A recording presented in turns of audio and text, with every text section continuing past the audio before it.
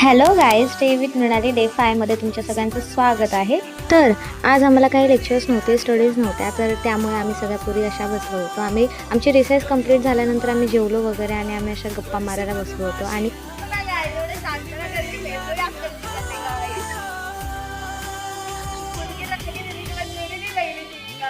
और ये हमारे काम वर्ग की काम वाली बाई, उसको बाहर निकाल, उसको बाहर निकाल, उसको बाहर निकाल बाहर.